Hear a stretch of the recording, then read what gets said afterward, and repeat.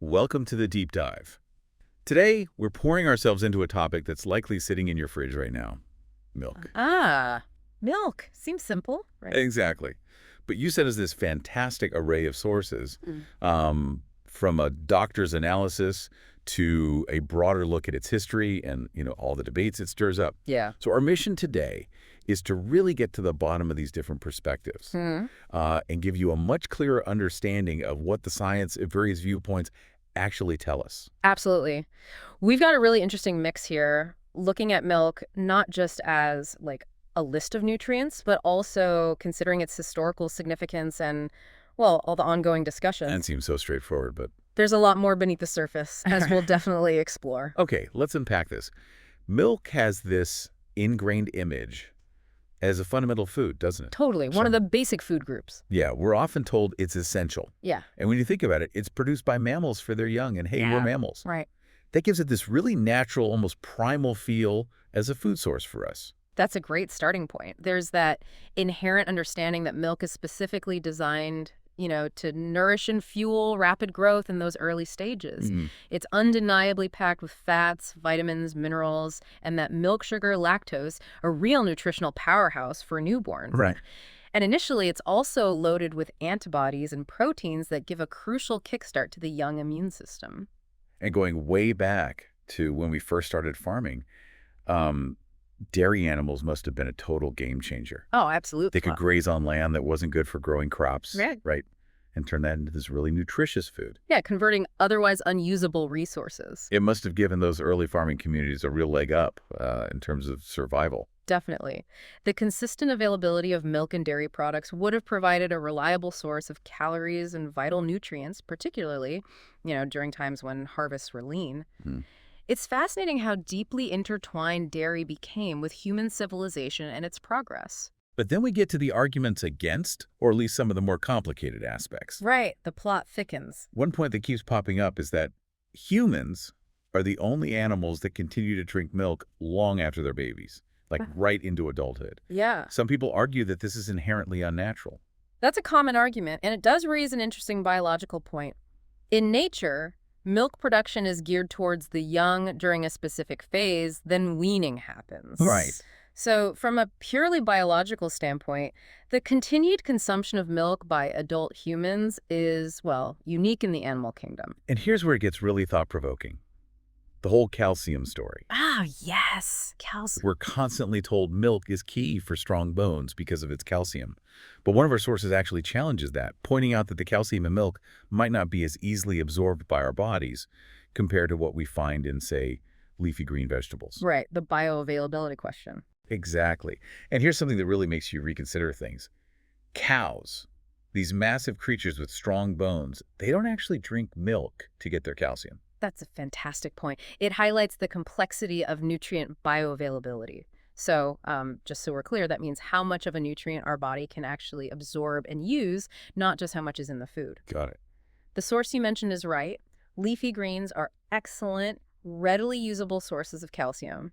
And the cow example.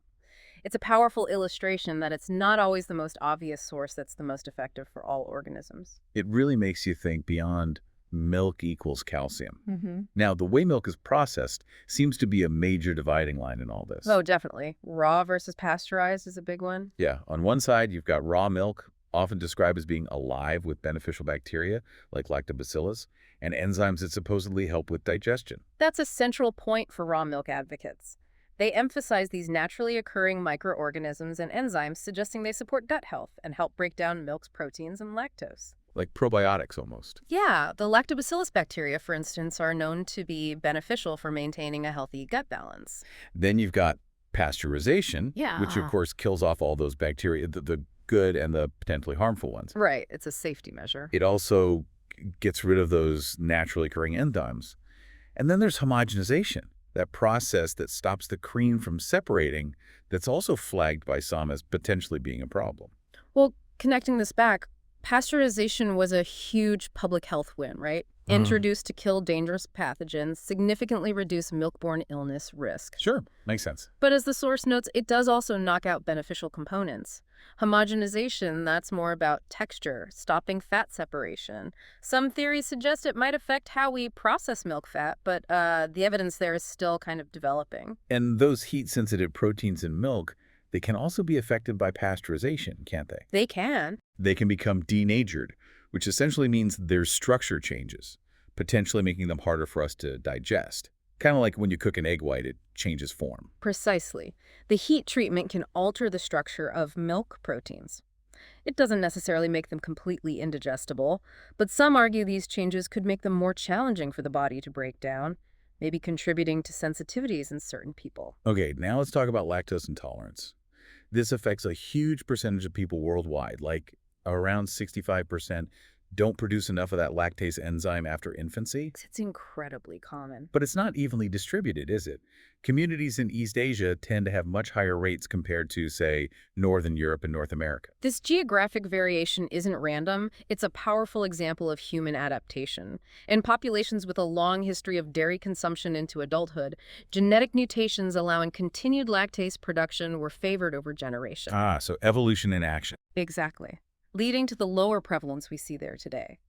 Conversely, where dairy wasn't a big part of the adult diet historically, the natural decline in lactase production stayed more common. And then there are milk allergies, specifically to those whey and casein proteins. Right, different from intolerance. This is an immune response. Ah, these can cause some pretty significant reactions. Mm. And it's interesting that someone could be allergic to one but not the other, like maybe tolerating cheese, mostly casein, if they're only allergic to whey. That can happen, yeah. Whey and casein are the main culprits. Beyond full-blown allergies, there are also sensitivities people might experience, and some believe these could be linked to the pasteurization process we talked about. Allergies are that clear immune system reaction. Sensitivities are, well, generally less about the immune system and more about digestive discomfort or other adverse reactions. The idea that pasteurization might contribute stems from that theory about altered proteins being harder for some to process comfortably. Right, the denatured proteins again. Potentially. Okay, let's move on to some of the bigger health concerns raised about milk. Some older studies suggested possible links between high milk consumption and certain cancers, breast, colon, prostate. Yeah, those studies got a lot of attention. But it sounds like more recent and larger analyses, these meta-analyses that combine lots of studies, haven't really supported those earlier concerns. Exactly. This shows how science evolves. In fact, there's even a suggestion that calcium, possibly from milk, might actually have a protective effect against colorectal cancer. That's an interesting twist, isn't it? Although the prostate cancer link with very high consumption, we're talking over 1.25 liters a day, that seems a bit more uncertain still. You're right. The current weight of evidence from meta-analyses doesn't generally point to a significant link between moderate milk consumption and increased cancer risk. The potential colorectal protection from calcium is being looked at. The inconsistent findings around very high intake in prostate cancer, yeah, that needs more investigation, but it's not a strong, conclusive link right now. And what about the heart? We've heard conflicting messages about milk and heart disease, stroke, overall mortality. Another area with lots of back and forth over the years. But again, it sounds like these bigger reviews aren't showing any clear connection there either. That's the current scientific consensus, based on comprehensive reviews. No significant association indicated between milk or dairy and increased risk of cardiovascular disease or stroke. Some studies even hinted at a possible link to lower high blood pressure in dairy consumers, but the evidence isn't exactly rock solid. Right, it's an intriguing area, but more robust research is needed to really establish cause and effect there. Not quite solid yet. Bone health in adults, another area where the studies seem to give us mixed signals, showing neither a strong positive nor a strong negative effect from drinking milk. Exactly. While milk is often promoted for bone health calcium, added vitamin D studies looking at bone density and fracture risk in adults have yielded inconsistent results. So it's not the magic bullet for bones, we might think. It suggests other factors, overall diet, physical activity, genetics, likely play more significant roles in maintaining strong bones in adulthood. Milk alone doesn't seem to be the deciding factor. Now let's touch on the stuff we don't necessarily see directly in the milk itself. Things like pesticides, antibiotics, hormones.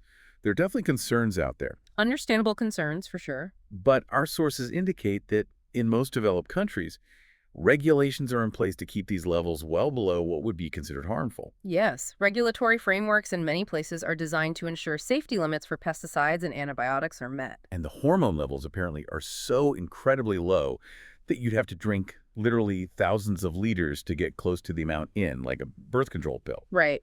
And even then, our digestive system would likely break most of it down anyway. That's the perspective presented. The natural hormone levels present in milk are indeed very low and generally not considered a significant health risk through typical consumption. Digestion does break down proteins and peptides, including hormones. Here's a surprising tidbit. Skimmed milk has actually been linked in some studies to a statistically higher rate of acne.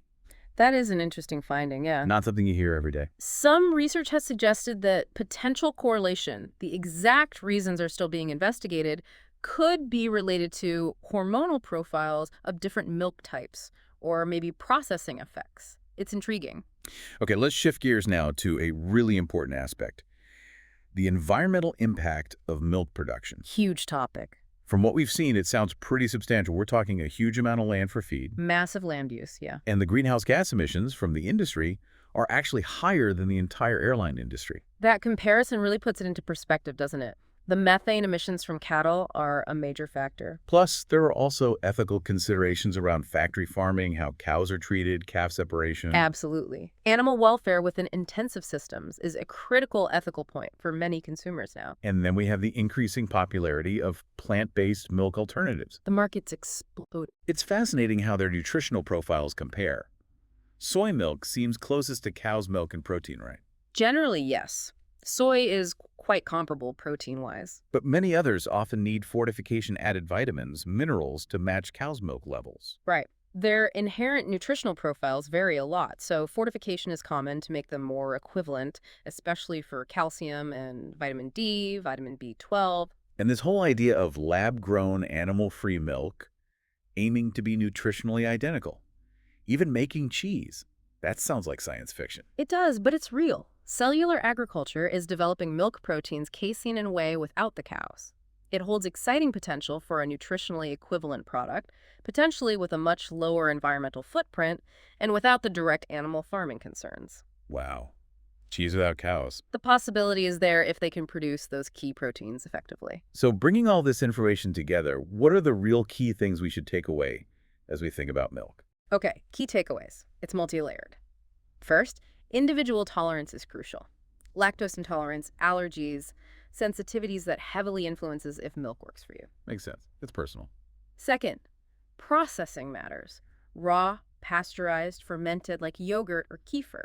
These can have different effects on digestibility and maybe health impacts. Right, not all dairy is the same.